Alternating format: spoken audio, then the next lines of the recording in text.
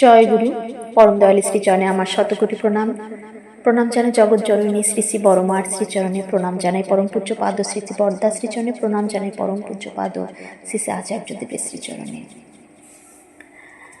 আমাদের ছেলেমেয়েরা অবাধ্য হয়ে থাকে, এরকম আমরা কিন্তু পরিবারের বাবা মায়ের কাছ থেকে এরকম কথা আমরা শুনতে পাই হামেশাই, যে এখন আর কথা শোনে না। বাবা মার এটা নিয়ে বাড়িতে একটা অশান্তি, চিন্তা, যে কোনোভাবেই ছেলে মেয়ে কথা শুনছে না, অবাধ্য হয়ে গেছে।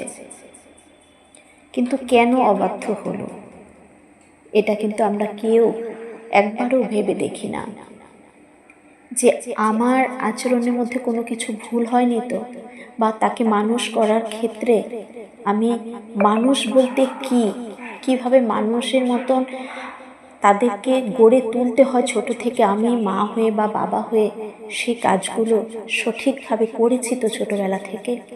এইগুলো আমাদের কারো কিন্তু মাথায় আসে না।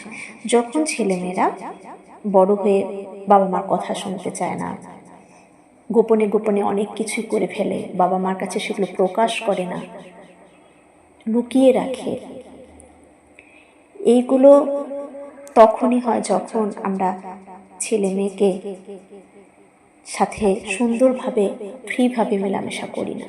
তারা ছোট থেকে দেখে এসেছে যে কিছু ভুল করলে মা বাবা মারধর করছে, বকা দিচ্ছে, নানান রকম টর্চারিং হচ্ছে শিশুদের ওপর, আর সেই ভয়টা তাদের ভেতরে কিন্তু থেকে যায়। তখন তারা বড় হয়ে কিছু খারাপ করলেও মা বাবার কাছে গোপন রাখে, যে বললেই তো বকা দেবে।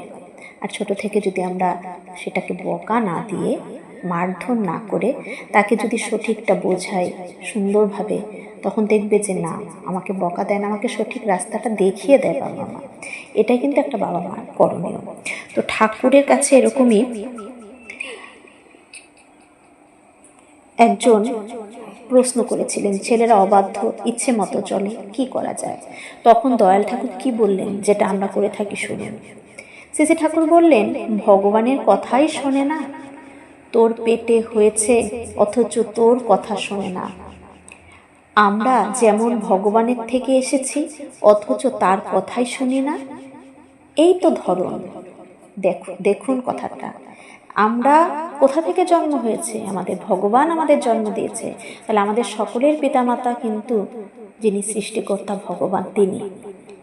যে ভগবান মানেন না, নিশ্চয়ই একটা পাওয়ার আছে জগতে, বা যেখান থেকে কিভাবে উৎপত্তিটা আমার হলো সেটারও একটা কিছু আছে। তাহলে যে দিয়েছে তিনি, আমরা একবার একটা নাম দিতে পারি, সে ভগবান ধরে নিতে পারি।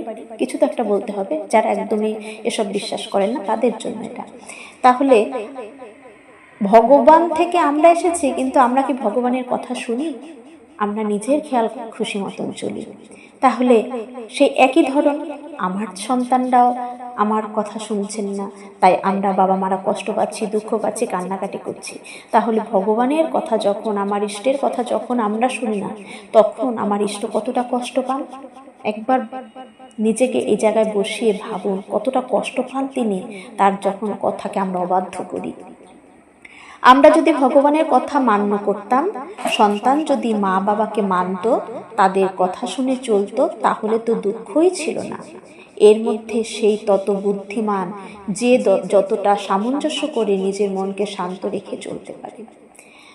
আমরাও যদি ভগবানের কথা শুনতাম, ভগবানকে নিয়ে চলতাম, এই যে ঠাকুরকে ধরে, ঠাকুর যে আমাদের নিয়ম নীতি বিধি বিধানগুলো দিয়েছেন, সেইগুলো যদি আমরা পালন করতাম, তাহলে আমার সন্তানরাও সেটা পালন করতো ছোট থেকে। ওদের ভেতরেও এই শিষ্টাচারটা শুরু হয়ে যেত, যা যা ঠাকুর করতে বলেছেন। তাহলে তারাও শিখতো, তারাও সুন্দর হতো, পরিবারটা সুন্দর হয়ে উঠতো।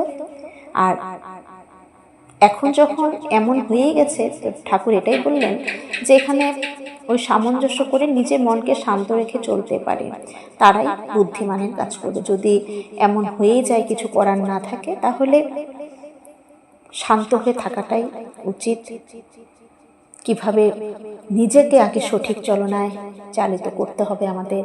আমরা যদি ছোট থেকেই সন্তানকে সেই অনুশাসন, ঠাকুরের যে বিধিবিধানগুলো, যে নীতি নিয়মগুলো দিয়েছেন, সকাল থেকে সেই নাম ধ্যান, ইষ্টভীতি, মা বাবাকে প্রণাম করা, বাবা মা যে মাতৃভীতি পিতৃভীতি করা, এইগুলো যদি ছোট থেকে করায়, তখন তাদের বাবা মার প্রতি টান হয়। কারণ দেওয়ার মধ্য দিয়েই কিন্তু টান, ভালোবাসাটা গভীরতা লাভ করে।